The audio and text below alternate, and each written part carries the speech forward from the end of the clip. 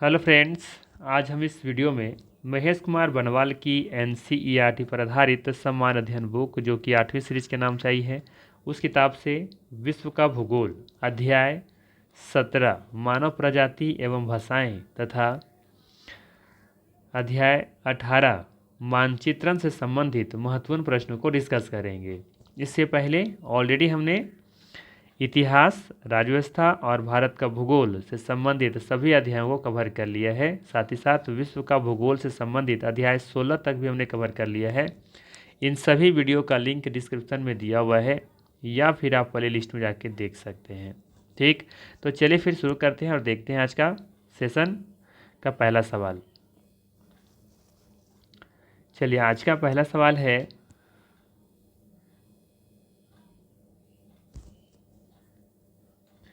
Africa की मूलभूत जनजाति पिग्मी किस नदी घाटी में पाई जाती हैं। सवाल है, अफ्रीका की मूलभूत जनजाति पिग्मी किस नदी घाटी में पाई जाती हैं।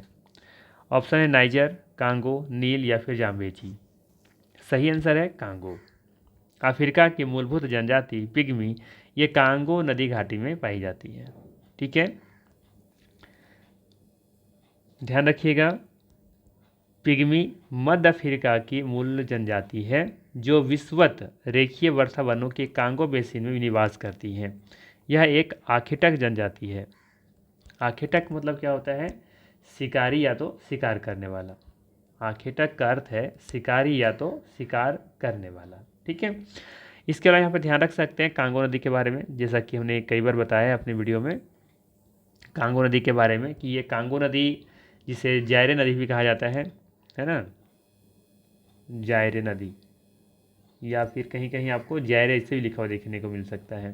ठीक है, तो ये कांगो नदी जिसे कि जायरे या तो ये जायरे नदी कहते हैं, ये भूमध्य रेखा को 2 बार काटती है ना, ये भूमध्य रेखा को 2 बार काटती है। ठीक है, और ये अफ्रीका की एक प्रमुख नदी है कांगो नदी। तो इसके बारे में ये भी याद रखना है, कांगो को ही जायरे नदी कहा जाता है। ये भूमध्य रेखा को 2 बार काटती है और ये अफ्रीका की एक प्रमुख नदी है कांगो नदी। ठीक है, तो ये पिग्मी जो जनजाति है ना, ये मूलभूत से देखिए मूल रूप से आप देखेंगे कि ये कांगो नदी बेसिन में ये निवास करती हैं। ठीक, चलिए अगला सवाल है, जुलू एक जनजाति है, जुलू एक जाति है जिसका संबंध निम्न में से किससे है। न्यूजीलैंड से, दक्षिण अफ्रीका, जिम्बाब्वे या फिर मैक्सिको से। तो याद रखिएगा ये दक्षिण अफ्रीका से होगा। ठीक है, जुलू जनजाति, जुलू एक जाति है जो इसका संबंध दक्षिण अफ्रीका से है। ठीक है, चलिए अगला सवाल है,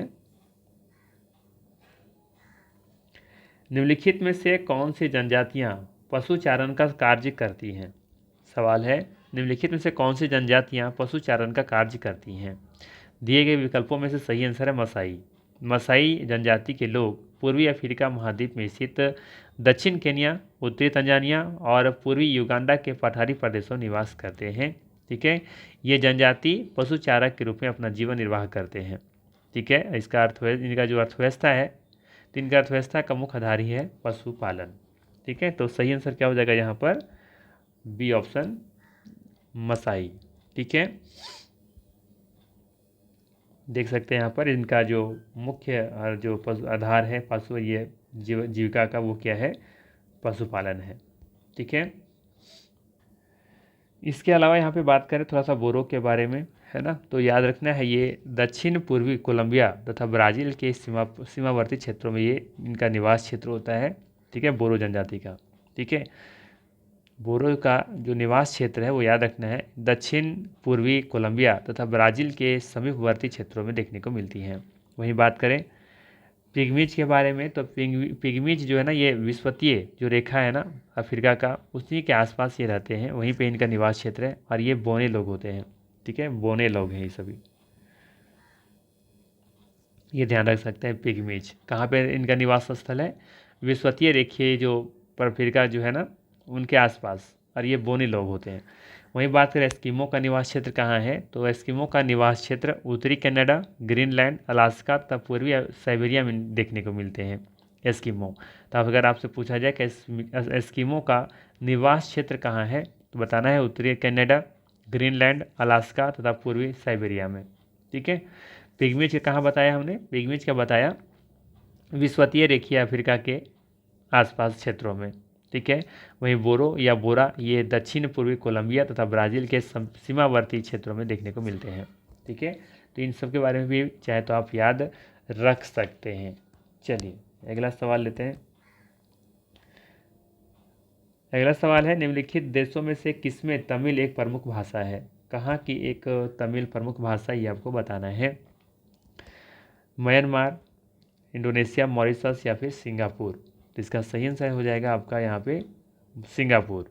ठीक है, तमिल भाषा भारत के तमिलनाडु राज्य और श्रीलंका एवं सिंगापुर में बोली जाती है। तमिलनाडु एवं पुडुचेरी में यह राजभाषा है, जबकि श्रीलंका एवं सिंगापुर की आधिकारिक भाषा भी है। ठीक है, इसका सही आंसर क्या हो जाएगा यहाँ पे डी ऑप्शन। आप देखेंगे मॉरिशस में बहुत ज़्यादा मात्रा में हिंदी बोली जाती है। ठीक है, तो ये याद रख सकते हैं। चलिए क्वेश्चन नंबर लेते हैं 5। सवाल है इनपुट, इनपुट नहीं है, इनयूट है। ठीक है, इनयूट लोग नहीं पाए जाते हैं। कहाँ नहीं पाए जाते हैं, अलास्का में या फिर ग्रीनलैंड में, कनाडा में या फिर स्वीडन में। तो याद रखना है स्वीडन में। इनयूट जो लोग होते हैं ना, ये स्वीडन में नहीं पाए जाते हैं। इनयूट लोग ग्रीनलैंड में देखने को मिल सकते हैं, संयुक्त राज्य अमेरिका में देखने को मिल सकते हैं, रूस में देखने को मिल सकते हैं, कनाडा में देखने को मिल सकते हैं। ठीक है, तो याद रखिएगा इनयूट लोग रूस, संयुक्त राज्य अमेरिका, ग्रीनलैंड, कनाडा में देखने को मिलते हैं। ठीक है, तो इसका सही आंसर हो जाएगा यहाँ पर ऑप्शन नंबर डी नंबर। ठीक है, देख सकते हैं यहाँ पर ये खास करके बर्फीले आर्कटिक क्षेत्रों में निवास करते हैं। ठीक है, आर्कटिक क्षेत्रों में तो आसपास में देखेंगे कि ग्रीनलैंड, कनाडा, संयुक्त राज्य अमेरिका और रूस है ना, तो उन्हीं तरफ का एक हिस्से हैं ये सभी। अगला सवाल है, कौन सा महाद्वीप मानव जाति का जन्मस्थल कहा जाता है। ये तो कई बार आप लोग बता चुके हैं, अफ्रीका। आधुनिक मानव के पूर्वजों के लाखों वर्ष पुराने अवशेष अफ्रीका महाद्वीप में स्थित महान भ्रंश घाटी से प्राप्त हुए हैं। इसलिए हम कह सकते हैं कि अफ्रीका महाद्वीप को मानव जाति का जन्म स्थल। ठीक है, बी ऑप्शन यहाँ पे करेक्ट होगा। अगला सवाल पूछा गया है, सेमांग लोग कहाँ के घने उष्णकटिबंधीय वनों में रहते हैं। सेमांग लोग है ना, सेमांग लोग कहाँ के घने उष्णकटिबंधीय वनों में रहते हैं। तो ये मलेशिया में रहते हैं। ठीक है, सेमांग। ठीक है, लदांग, लदांग याद कीजिए, स्थानांतरित कृषि का नाम है ना, मलेशिया में, इंडोनेशिया में लदांग। ठीक है, तो सेमांग से सेमांग लदांग मिलता जुलता वर्ड है, तो याद रख सकते हैं कि सेमांग लोग कहाँ के घने उष्णकटिबंधीय वनों में रहते हैं, तो मलेशिया। ठीक है, जबकि लदांग कहाँ की स्थानांतरित कृषि का नाम है, तो ये भी मलेशिया इसका सही आंसर होगा। ठीक है,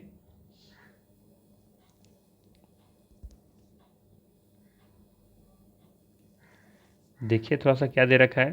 सेमांग लोग मलेशिया के मलय प्रायद्वीप के निग्रेटो और ऑस्ट्रिक जनजाति समूह हैं, जो मलेशिया के घने एवं उष्णकटिबंधीय वनों में पाए जाते हैं। सेमांग जनजातियों को सकाई नाम से भी जाना जाता है। ध्यान रखिएगा, सेमांग जो जनजाति है उन्हें सकाई के नाम से भी जाना जाता है। यह एक शिकारी जनजाति है। इस जनजाति के लोग पेड़ों पर झोपड़ियाँ बनाकर रहते हैं।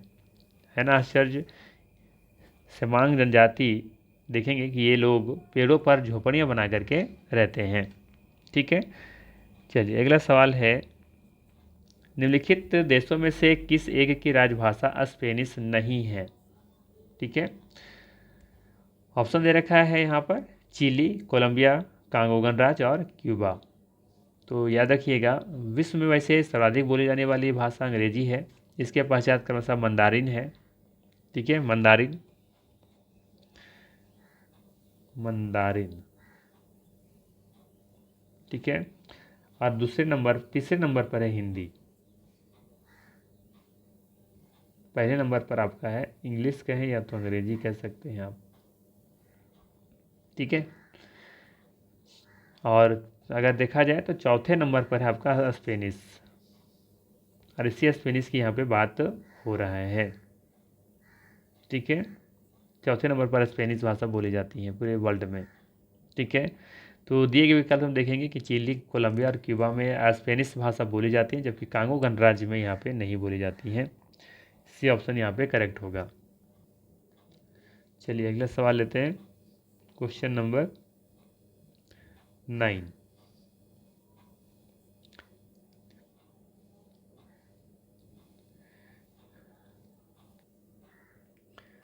तो इधर दे रखा है निरिजातीय समूह और दूसरी तरफ दे रखा है देश। ठीक है, कौन सा निरिजातीय समूह किस देश में देखने को मिलते हैं, कि कहाँ पे इनकी संख्या ज़्यादा है, इस आधार पर आपको बताना है। तो सबसे पहले बात करें कि निरिजातीय समूह क्या है। ठीक है, थोड़ा समझ लीजिए कि निरिजातीय समूह क्या है। याद रखिएगा, एक निरिजातीय समूह साझा संस्कृति, इतिहास, भाषा या वंशानुगत विशेषताओं के आधार पर एक साथ पहचानने जाने वाले लोगों का एक समूह होता है। ठीक है, सिंपल सा फिर समझने का प्रयास कीजिए। एक निरीह जातीय समूह का साझा संस्कृति होना चाहिए, इतिहास, भाषा या वंशानुगत विशेषताओं के आधार पर, ठीक है, एक साथ पहचाने जाने वाले लोगों का एक ये ग्रुप होता है, समूह होता है निरीह जातीय समूह। ठीक है, सिंपल सा कॉन्सेप्ट है इसका। ठीक है, दूसरी भाषा में कहें तो निरजातीयता एक सामाजिक अवधारणा है जो किसी समूह की सांस्कृतिक पहचान को दर्शाती है। यह साझा विरासत, भाषा, धर्म, रीति रिवाज और इतिहास पर आधारित हो सकती है। निरजातीयता एक व्यक्ति को यह महसूस कराती है कि वह किसी विशेष समूह का सदस्य है और वह भावना अक्सर आत्मचेतना और समूह के प्रति गर्व की भावना से जुड़ी होती है। ठीक है, चलिए अब देखते हैं यहाँ पर क्या दे रखा है। पहला यहूदी, तो हम लोग जानते हैं यहूदी सबसे ज़्यादा आपको देखने को कहाँ मिलेगा, इजराइल में। दिए गए विकल्पों में से इजराइल इसका सही आंसर है। वैसे यहूदियों की सबसे ज़्यादा अगर जनसंख्या देखें तो संयुक्त राज्य अमेरिका में है, यूएसए में है। ठीक है, ये आपको याद रखनी है। इसके बाद दूसरे नंबर पर इजराइल है। तो यहूदियों की जो निर्जातीय समूह कहाँ है, किस देश की है, ये इजराइल का होगा इसमें दिए गए विकल्प में से। इस बाद है आपका टेडा, तो टेडा ये लीबिया का है, जबकि बेजा आपको मिस्र में देखने को मिलेगा और लूर जो हो जाएगा ईरान का हो जाएगा। ठीक है, तो यहाँ पे आप देख सकते हैं इसका सही मैच कहाँ पे कर रहा है। ए का फोर दिख रहा है यहाँ पर 3 ऑप्शन में, बी का दिख रहा है 3 आपका सिर्फ एक ऑप्शन डी ऑप्शन में। ठीक है,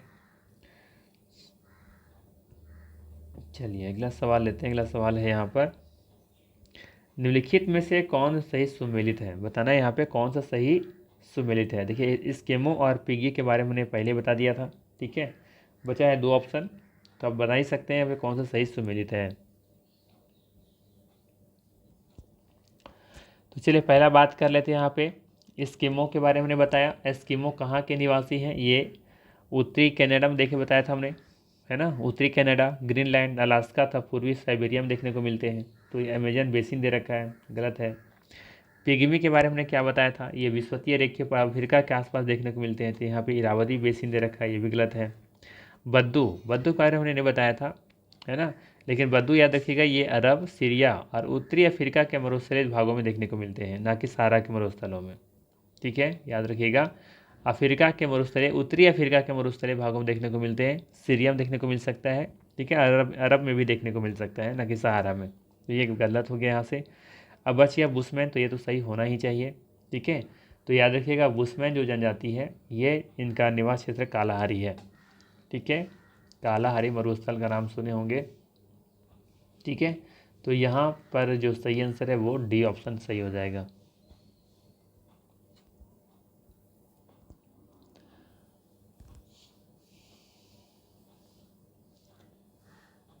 देख सकते हैं यहाँ पर बुशमैन जनजाति अफ्रीका महाद्वीप के कालाहारी मरुस्थल में मुख्य रूप से बोत्सवाना और दक्षिण अफ्रीका में निवास करती हैं। यह लोग भोजन के रूप में दीमक का सेवन भी करते हैं, दीमक का, है ना। दीमक को बुशमैन का चावल भी कहा जाता है।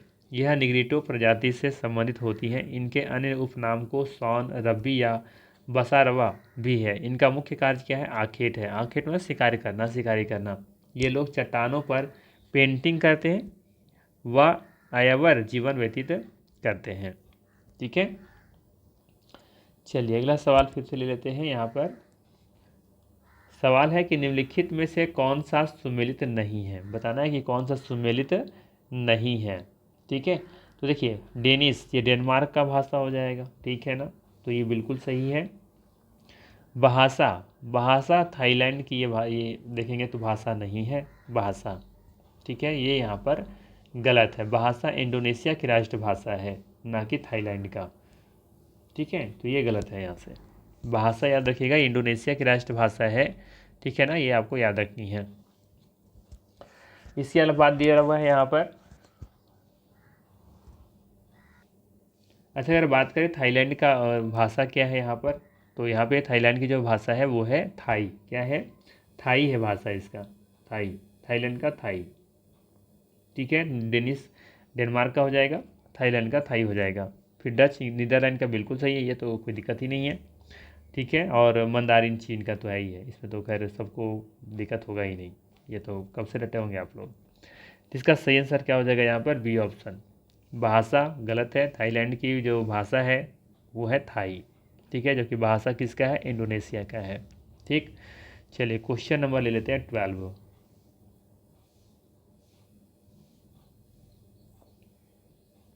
चलिए, सवाल है एस्किमो निवासी हैं, ये तो हम बता चुके हैं कहाँ पर होगा। ये इसका आंसर कनाडा। जे विकल्प हमसे कनाडा ही सही होगा, है ना, क्योंकि एस्किमो का हमने बताया ना, उत्तरी कनाडा, ग्रीनलैंड, अलास्का और पूर्वी साइबेरिया में इनका निवास क्षेत्र है। तो ये सही आंसर क्या हो जाएगा यहाँ पर? ए ऑप्शन हो जाएगा। ठीक है, चलिए अगला सवाल लेते हैं।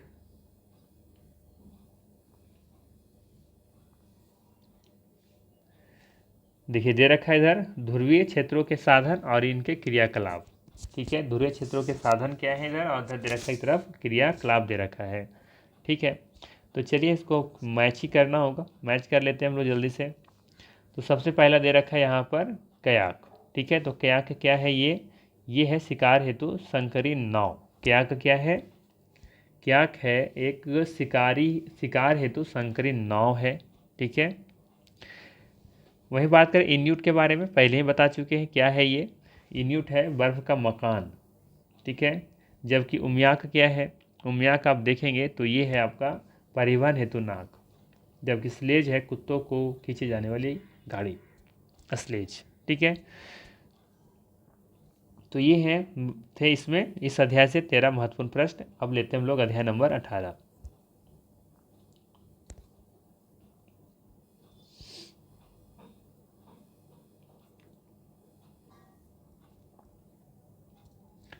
चलिए, सवाल है समान ऊंचाई वाले स्थानों को जोड़ने वाली काल्पनिक रेखाएं होती हैं। समान ऊंचाई वाले स्थानों को जोड़ने वाली काल्पनिक रेखाएं होती हैं, क्या होती हैं? क्या बोलते हैं इसको? तो इसको बोलते हैं कंटूर या फिर समोच्च रेखा। कंटूर बोलते हैं या तो फिर समोच्च रेखा बोलते हैं इसको। याद रखिएगा, दो समान ऊंचाई वाले स्थानों को जोड़ने वाली काल्पनिक रेखा को क्या कहते हैं? कंटूर या तो समोच्च रेखा कहते हैं। बी ऑप्शन यहाँ पे बिल्कुल ही करेक्ट है। अगला सवाल है, ज़्यादा प्रश्न नहीं है इसमें, 8 ही प्रश्न हैं। उच्च क्षेत्रों सहित किसी क्षेत्र की विस्तृत धरातलीय विशेषताओं को दर्शाने वाले पर्याप्त विस्तृत मानचित्र को क्या कहते हैं? उच्च क्षेत्रों सहित किसी क्षेत्र के विस्तृत धरातलीय विशेषताओं को दर्शाने वाले पर्याप्त विस्तृत मानचित्र को क्या कहते हैं? इसको कहते हैं उभरा मानचित्र। क्या कहते हैं? उभरा हुआ मानचित्र कहते हैं। ये ऑप्शन सही होगा। अगला सवाल है समभारी रेखाएं। समभारी रेखाएं क्या दर्शाती हैं? बताना है आपको कि समभारी रेखाएं क्या दर्शाती हैं। ऑप्शन दे रखा है दाब, वर्षा, गहराई या फिर समय। तो याद रखना है समभारी रेखाएं दाब को दर्शाती हैं। ये ऑप्शन यहाँ पे करेक्ट है। ठीक है, ध्यान दीजिएगा। समान मेघाच्छादन वाले स्थानों को मिलाने वाली काल्पनिक रेखा को समवेग रेखा कहते हैं। समान वायुदाब वाले स्थानों को मिलाने वाली काल्पनिक रेखा को समदाब रेखा कहते हैं। ठीक है, समान वर्षा वाले स्थानों को मिलाने वाली काल्पनिक रेखाओं को समवर्षा रेखा कहते हैं, तथा सागरों एवं महासागरों में समान लवणता वाले बिंदुओं को मिलाने वाली काल्पनिक रेखा को क्या कहते हैं? समलवन रेखा कहते हैं। ठीक है, तो इन सभी को पॉइंट को जरूर ध्यान रखिएगा, एग्जाम में कहीं से भी सवाल पूछा जा सकता है। ठीक है, अगला सवाल है मानचित्र पर क्षेत्रफल मापने के लिए प्रयुक्त यंत्र को कहते हैं। मानचित्र पर क्षेत्रफल मापने के लिए प्रयुक्त यंत्र को क्या कहते हैं? अच्छा सवाल है, याद रखिएगा, इसे कहते हैं प्लेनीमीटर। क्या कहते हैं? प्लेनीमीटर कहते हैं। मानचित्रों पर क्षेत्रफल मापने के लिए प्रयुक्त जो डिवाइस का प्रयोग किया जाता है उसे कहा जाता है प्लेनीमीटर। ठीक है, तो याद रखिएगा क्षेत्रमापी एक मापन यंत्र है। प्लेनोमीटर, प्लेनीमीटर का हिंदी में बोलते हैं क्षेत्रमापी। ठीक है, याद रखिएगा, इसको हिंदी में बोलते हैं क्षेत्रमापी, इसलिए हिंदी में नहीं पूछा जाता, इसका इंग्लिश में पूछा जाता है प्लेनीमीटर। ठीक है, क्षेत्रमापी तो ऐसे भी पता चल रहा है क्षेत्र मापने वाला यंत्र होगा ये।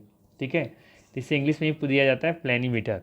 तो प्लेनीमीटर एक मापन यंत्र है जो मानचित्रों पर किसी भी आकार के समतल द्विविमीय यानी 2 डायमेंशनल क्षेत्र को क्षेत्रफल मापने के काम आते हैं। ठीक है, चलिए क्वेश्चन नंबर 5 है, एक दूसरे से लंबवत, ऊर्ध्वाधर एवं क्षैतिज रेखाओं की श्रृंखला के संजाल नेटवर्क को किस के नाम से जाना जाता है? तो ये जाना जाता है भौगोलिक समन्वय तंत्र के नाम से। ठीक है, भौगोलिक समन्वय तंत्र के नाम से जाना जाता है। ग्रिड तंत्र तो आप लोग जानते होंगे, अक्षांश और रेखा, 2 अक्षांश और 2 देशांतर रेखाओं के बीच के जो एरिया बन रहा है, ये वाला क्षेत्र से ही कहा जाता है ग्रिड तंत्र। ठीक है,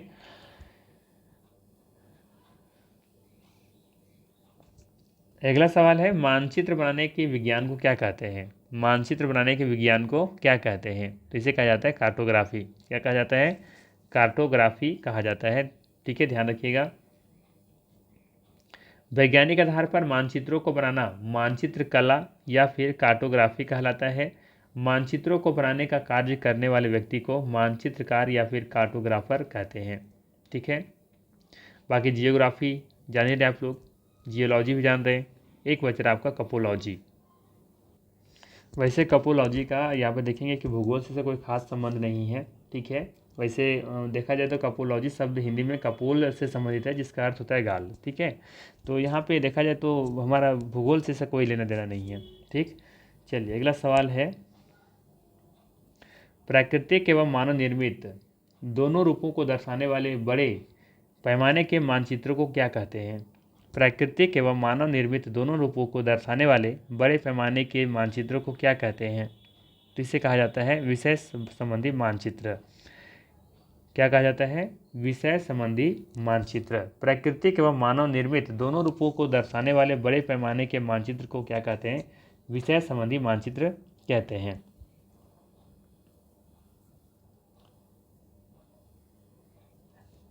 अगला सवाल है, आइसोबात व्यक्त करती हैं। आइसोबात व्यक्त करती हैं, क्या व्यक्त करती हैं? तो ये गहराई को व्यक्त करती हैं।